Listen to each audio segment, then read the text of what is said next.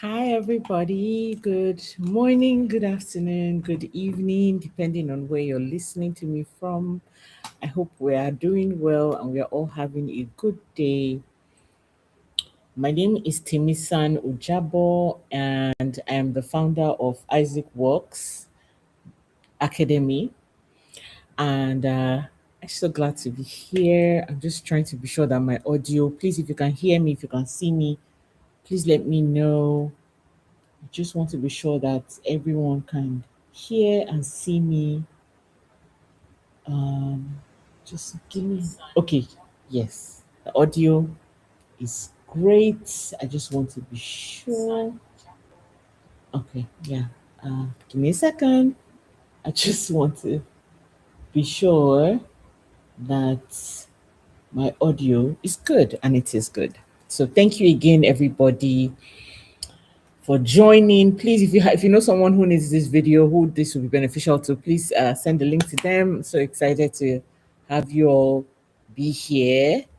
All right. So today we are is day 3 of our sessions that we've been having, and we're talking about how to become visible at work without being fake or exhausting yourself, because we know that it's work season. People have had meetings with their managers, everybody's pumped, people want to do all the things that they expect that should be done. So there's the tendency that we can start to overdo things, and some people, they don't even know what are the steps to take. So I'm here to help guide that process to ensure that we're able to do this well. So I hope you were able to watch yesterday's video. We spoke about the KPIs, your performance, just ensuring that your performance this year is more intentional and less haphazard. That is my goal for this year, to ensure that you show up and show out.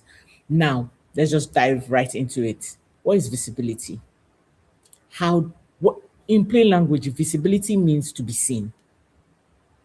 How to become visible at work without being fake, without exhausting yourself, and without compromising who you are at your core is what we're going to talk about today. Because whether we like it or not, there are people that are excellent at their jobs, right?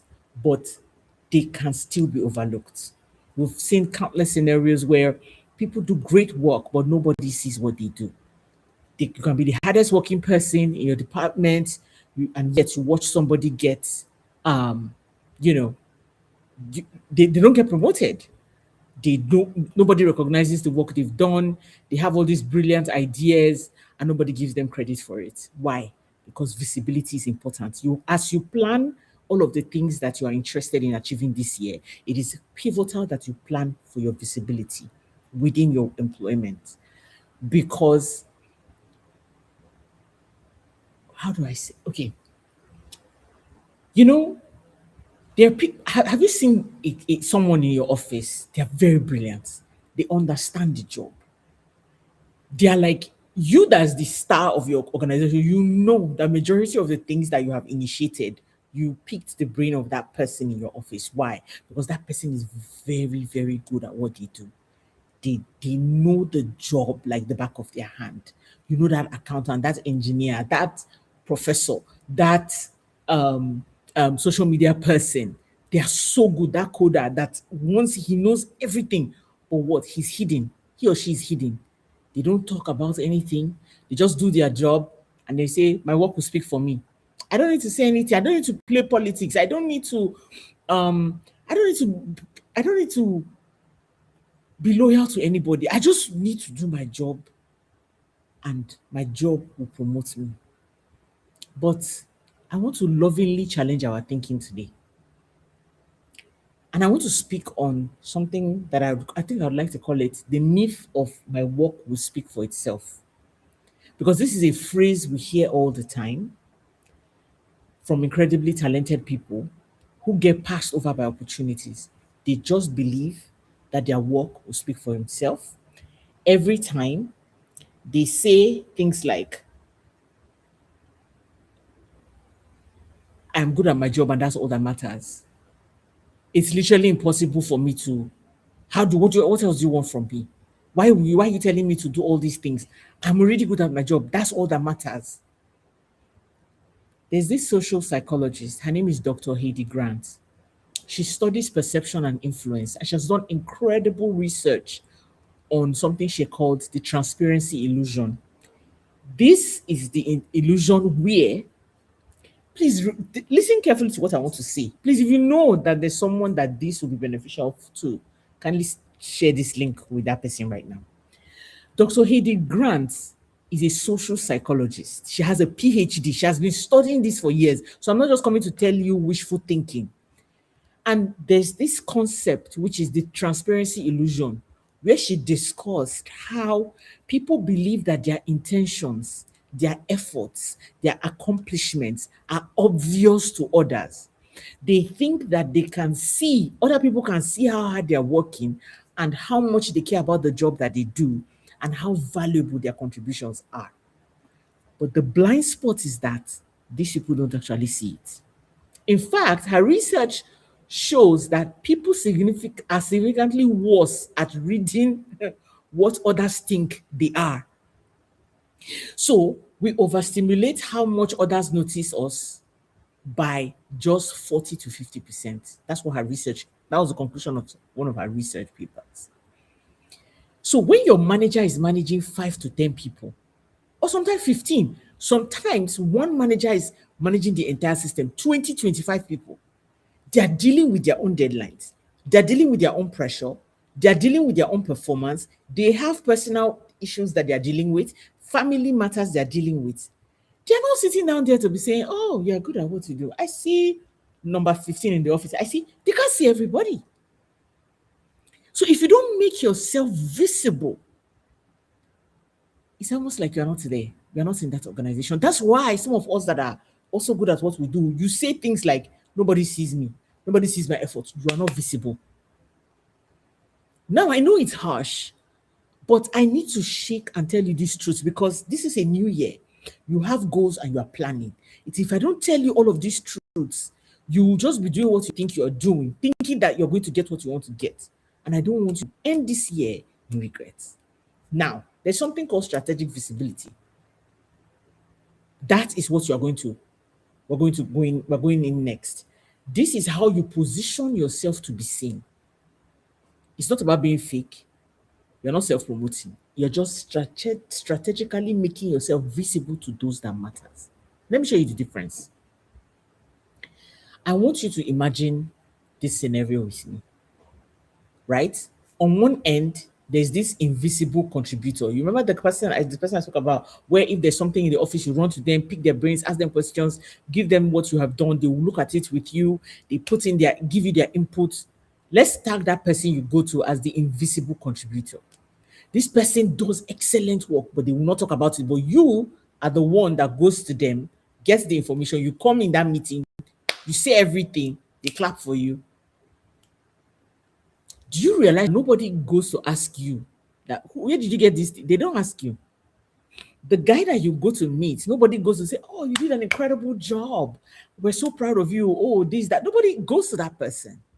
It's like the person is non-existent. You are the one that is getting the accolades.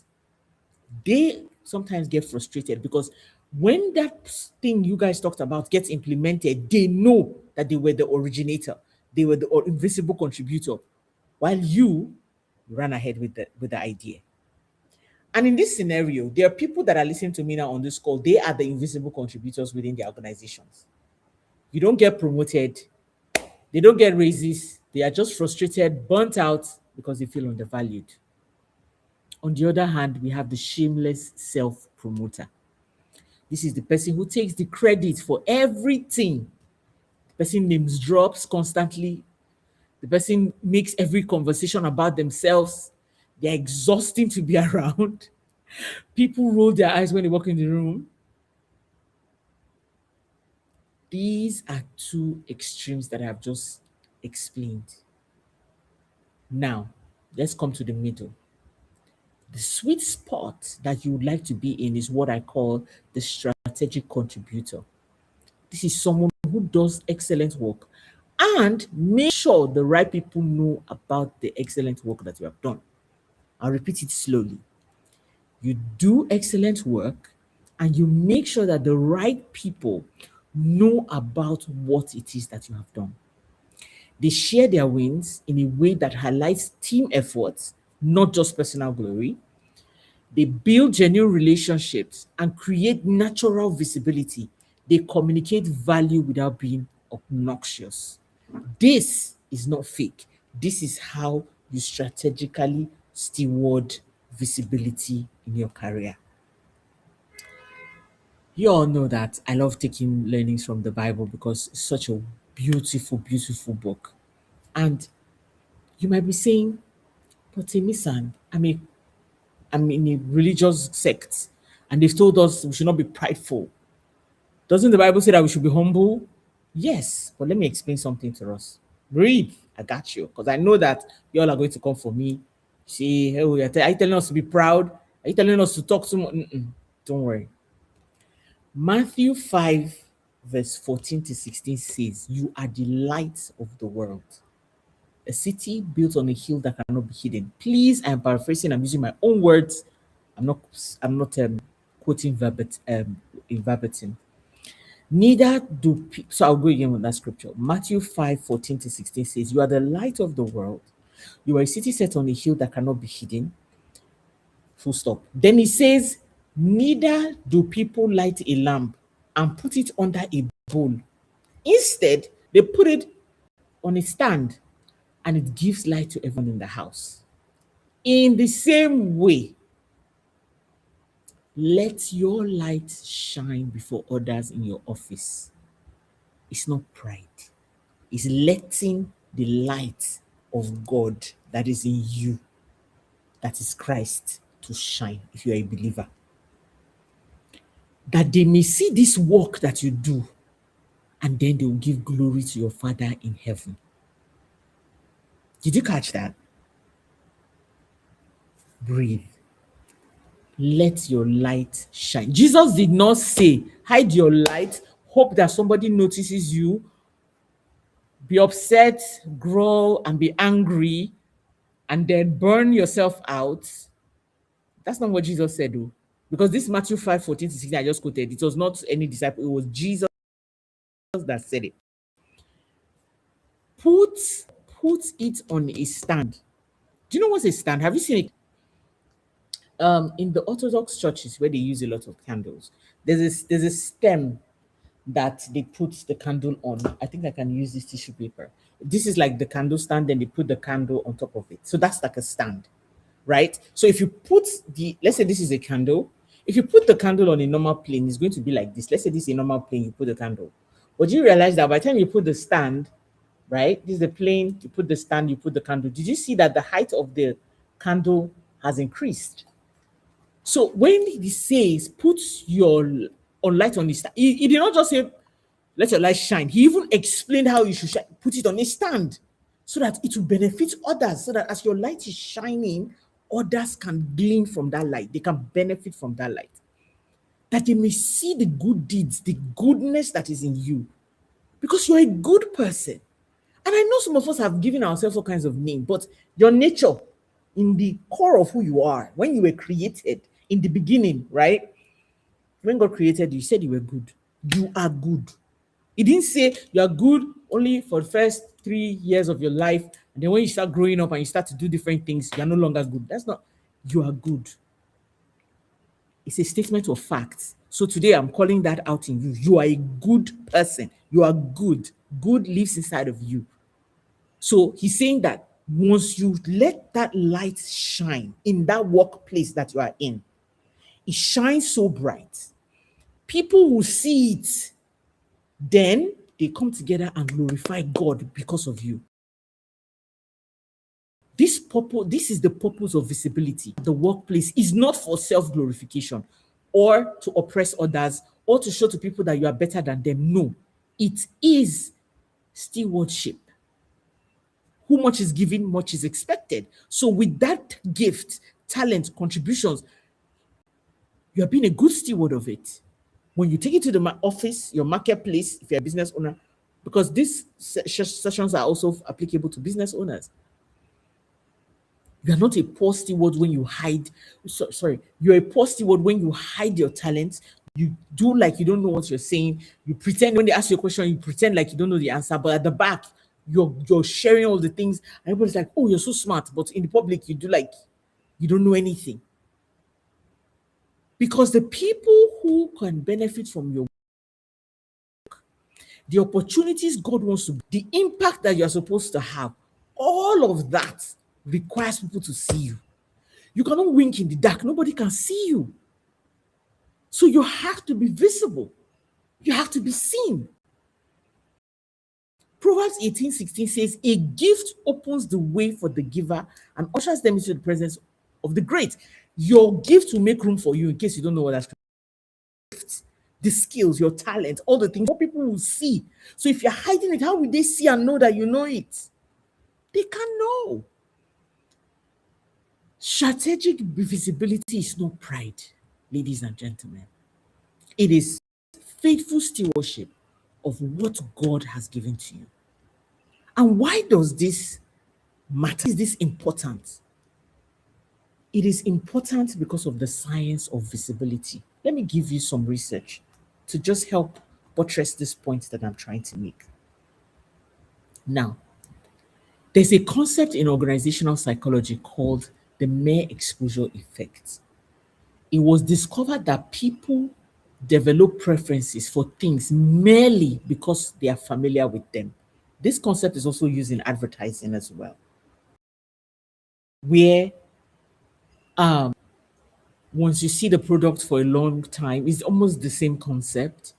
It comes top of mind, and then when you go to the store, the way this is placed on the shelf, you get to see it and you want to buy it, and then you buy it, right? So that mere exposure effect is an important concept that you need to understand. The more someone sees you, hears from you, interacts with you, the more they like you and trust you. So in your workplace, the more you are seen, the more you come and show the skills and the talents that you have, the more people see you, the more people trust you, the more people can, recommend you. This is why people who work remotely often get overlooked for promotions compared to those that show up in the office. It's not fair, but that's the truth. Because you are off, they can see some people in the office. So there's just that assumption that those that are in office are somewhat doing a lot of the work. Remember that famous quote, out of sight is out of mind?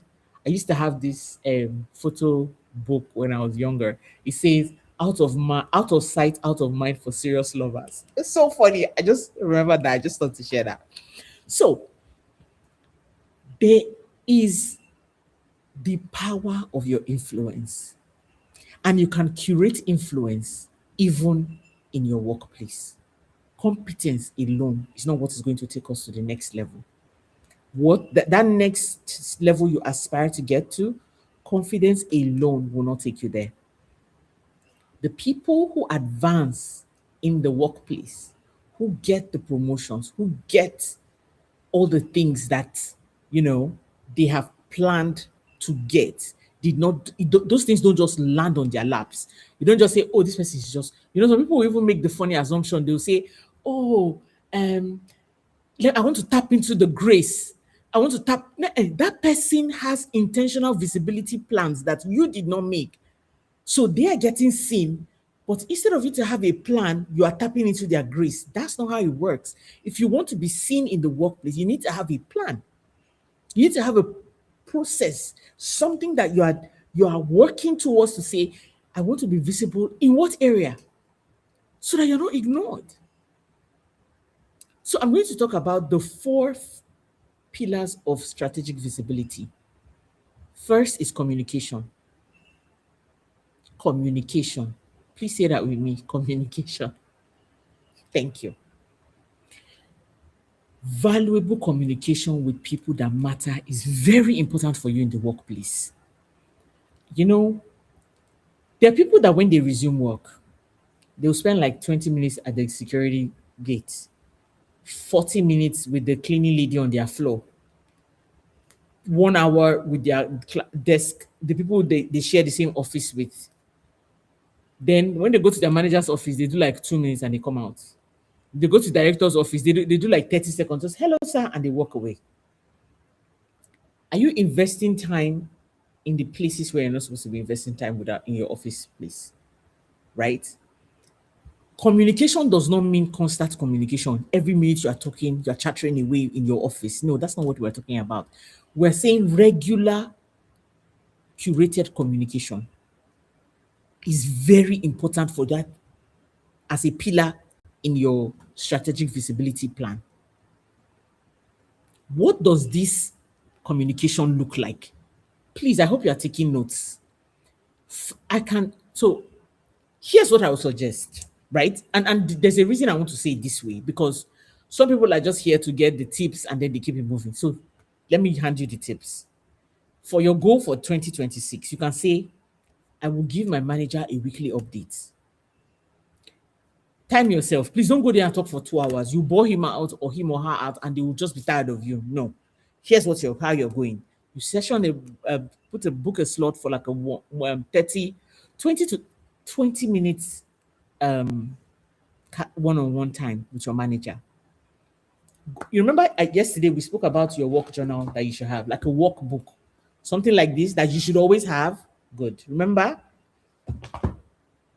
in that book, just bullet points. You're not going there to bore him out or her out. Every Friday, you can choose either Fridays. I don't like you. I will not say you should choose Mondays. You know why Mondays are not good? Mondays, there's so many strategic meetings going on.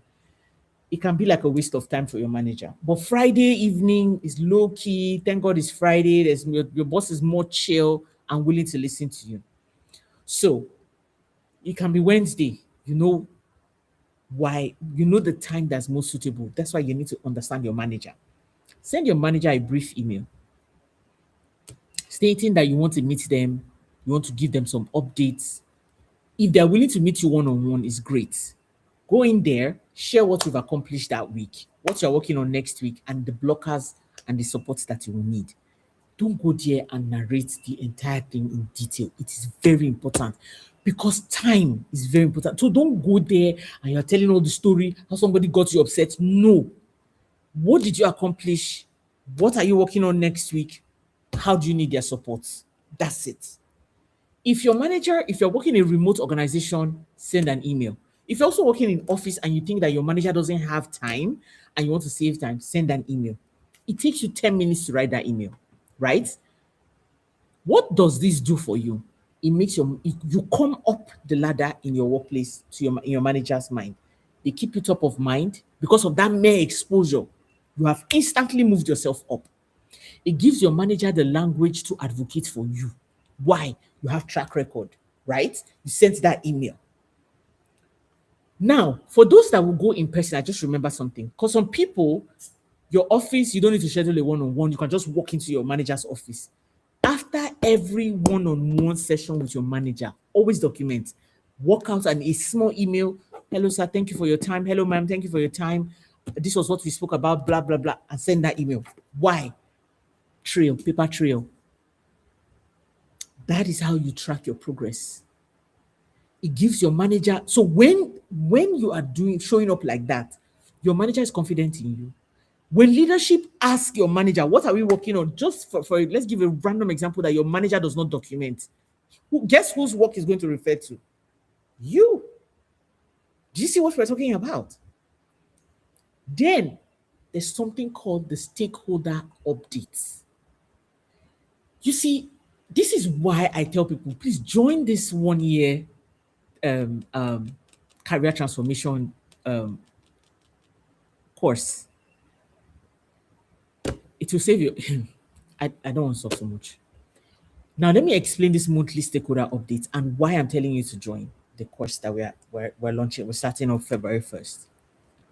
We're going to teach you how to identify stakeholders within your immediate team. So at this point where we're saying monthly stakeholder updates, here's what you're going to do. You will identify 3 to 5 stakeholders within your team who benefit from your work, who you have influenced in your organization. Once a month, you send them a brief on the projects that impact them, the insights they will find valuable. This is very great for companies that have directors. So you have a supervisor, maybe you have a manager, and then you have a director. Some people say, who sent you to send the email? Send the email. It's because a lot of people are afraid. Did anybody say you should not send email? Why is it that the only emails you send is to complain or stinkers, or you are trying to call out somebody, you're copying your managers, copying directors, but when it comes to doing something that will be beneficial to director, manager, supervisor, you are scared to send emails? Why do you think they are emails? So those stakeholders, it is important that you brief them on the updates on projects, especially if what you are dealing with is a project, maybe it's a project based, what you're dealing within your system, there's a project you're handling and all of those things. It is important that you are keeping them updated. Some people say you are brown nosing. That's not what you are doing. What you are doing is called relationship maintenance.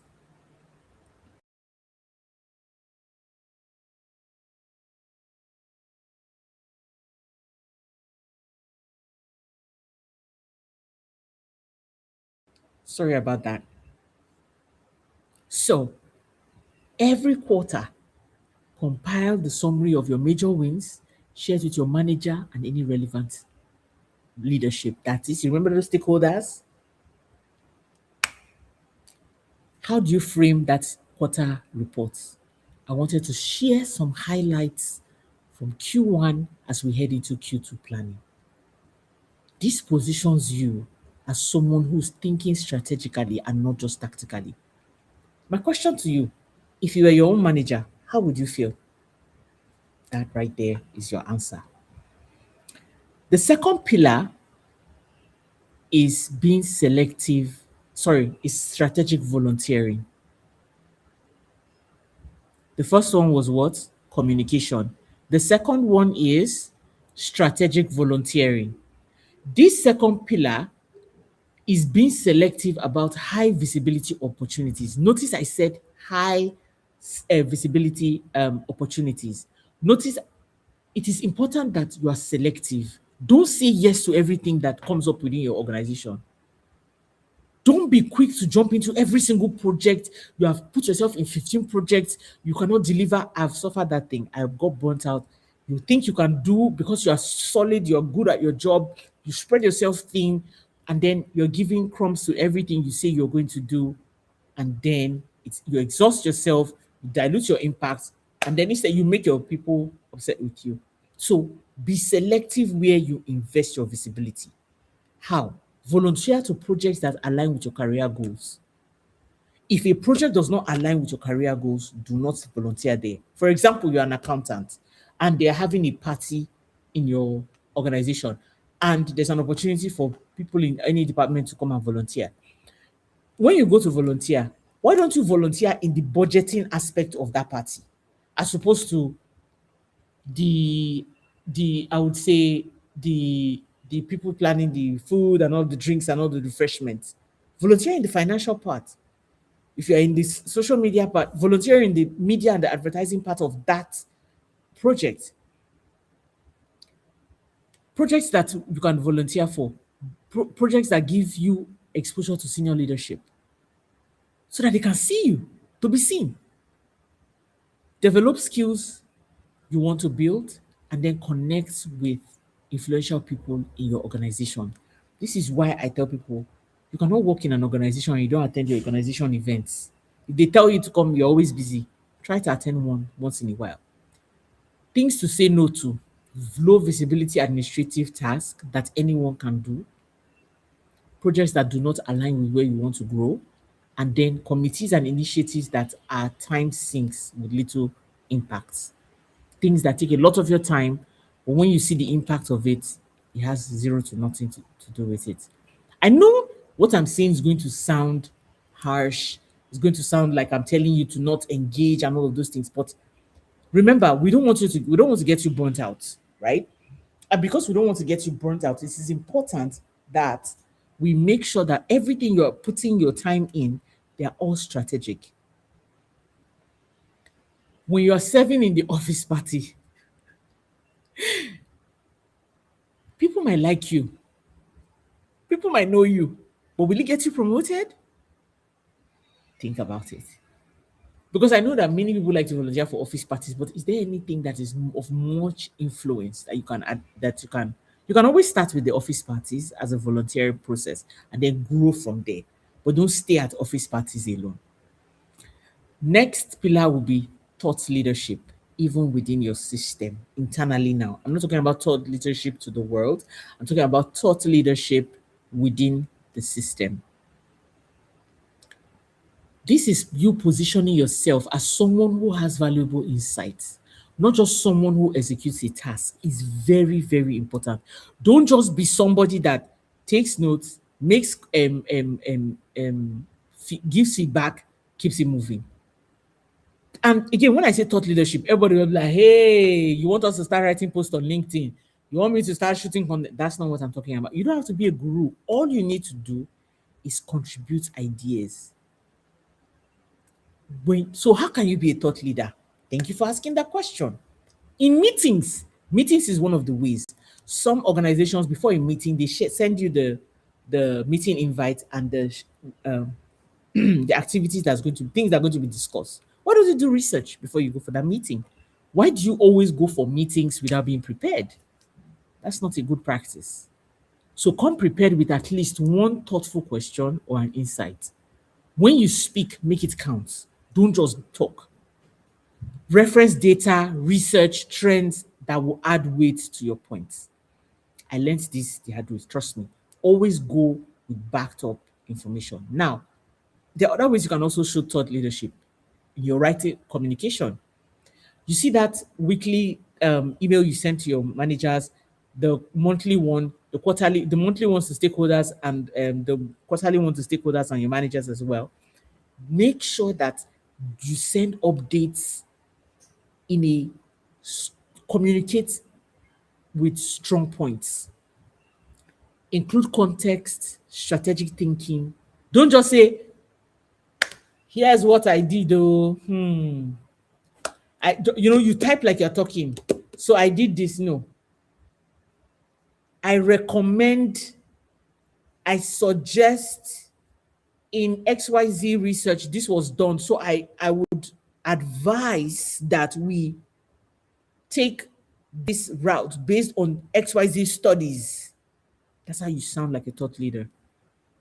In presentations, volunteer to present your teamwork when the opportunity arises. Don't always run away from presentation.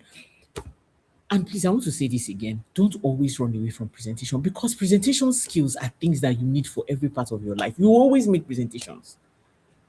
Make your presentations visual, clear, and story driven, and then practice until you're confident, because your confidence is magnetic. People will remember people who made them think, who made them think deeply, not just those that get them to do a task. And then the fourth pillar will be authentic relationship building. Visibility without relationship is manipulation. So it is important that you build relationship skills within the workplace. If you want to learn more about that, please join this cohort of the Isaac Works Academy 2026 cohort starting February 1st. We will teach you how to build relationship and influence within your organization, because there's a difference between manipulation and influence. Manipulation is being friendly only when you need something. That's manipulation. Influence is building a genuine relationship where you give as much as you receive. It's like a give and take relationship. You're not just, for yourself only. So how do you build authentic relationships at work? Let me give you some of the tips. Be genuinely curious about people. Ask about projects that people are working on. What are their challenges? What are their goals? Listen more than you talk, right?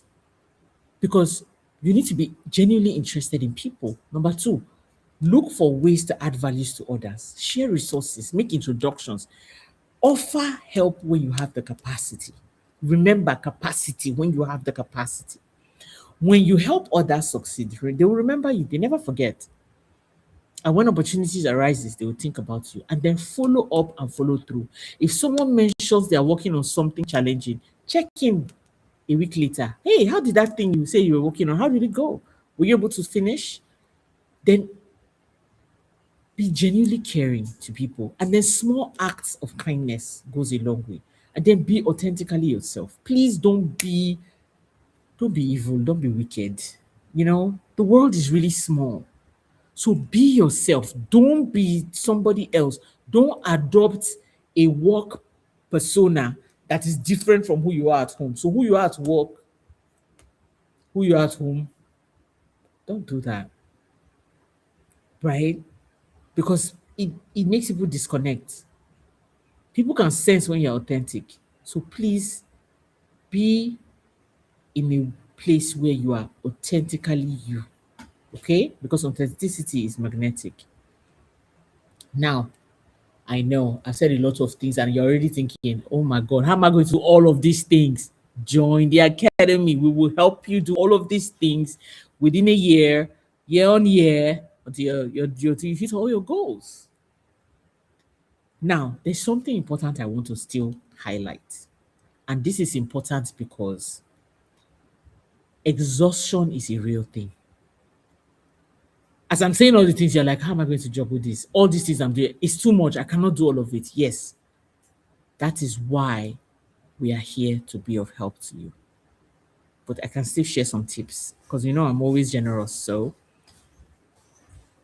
if you are doing visibility in a way that drains you, that's how you first know that you're already doing the wrong thing. Work with your personality, not against it. To avoid burnout, if you're a jovial person, do jovial things. If you're an introvert, do introverted things. Don't push yourself beyond what you can do, right? So the first way to avoid burnout is, like I just said, work with your personality, not against it. You don't have to become an extrovert because I said earlier, do something that will put you up in the spotlight. So now you're not looking for the next high life activity. No, you just need to pay attention. If you pay attention with your workplace, you will see all the areas of visibility. Thing is that a lot of us are too distracted at work. Thoughtful written communication. You can build visibility if you're an introvert through thoughtful written. You can write strong things. Your organization start a newsletter, start a bulletin page or something. One-on-one coffee chats. You get into the coffee room and you see a director. Walk there. Don't be scared. Don't go there and chat about things that don't make sense. That's why you need to know things in your mind. You need to read, you need to study. Present to small groups or to create recorded videos. So when they say, oh, we need someone to record a video, make yourself available. HR needs people to come and do onboarding videos. Why don't you show up there? Even if you're an introvert. Then if you're an extrovert, group meetings, collaborative projects, networking, parties, impromptu office events, host them, lead them, impromptu conversations and relationship building, team building activities. Show up your power, your energy, drive it hard. Don't be shy. Don't be hiding away. Your business owner, the business owner asks a question, everybody's looking, and you are need extrovert, you know the thing. No, now let them see your energy. Let your light shine. Put it on the lampstand. Now, another way to avoid burnout is batch your visibility activities. Don't try to be one, don't try to do 5,000 things at once. Don't try to be on every single time. Set specific times for relationship building. You need to be efficient at work. You need to be strict with your time.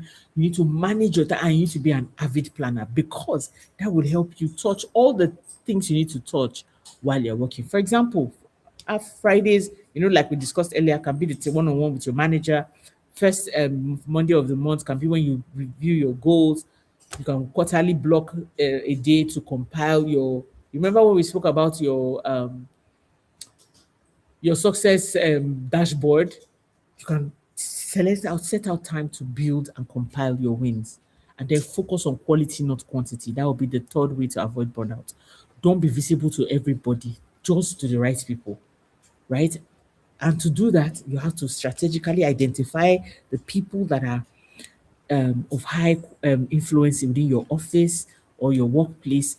Identify them, maybe 5 to 10 of them, and how you plan to invest in visibility for each of them.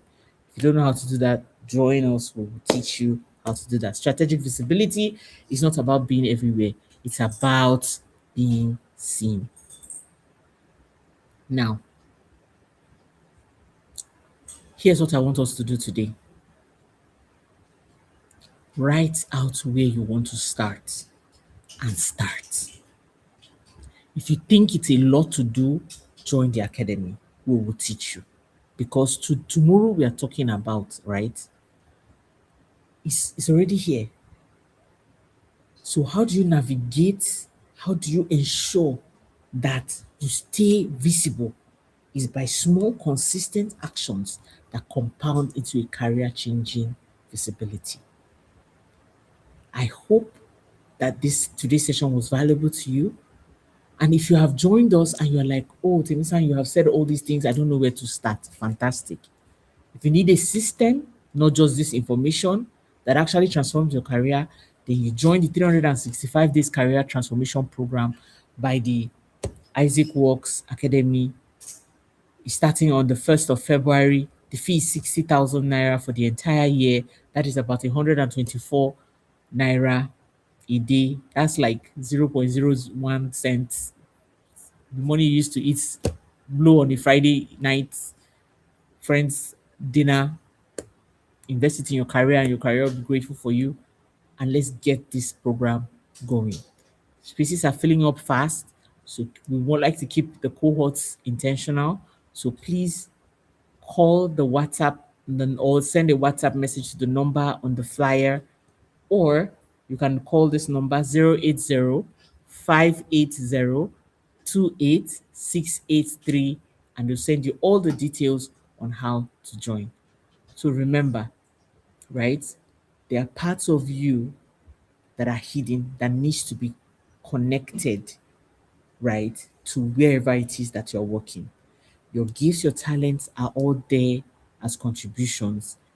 It is important that you are in a system that allows you to harness all of these things that you have so that your light is shining for the world to see. Visibility does not mean that you are vain. It is stewardship, it's connection, it's impact. Thank you so much for being here.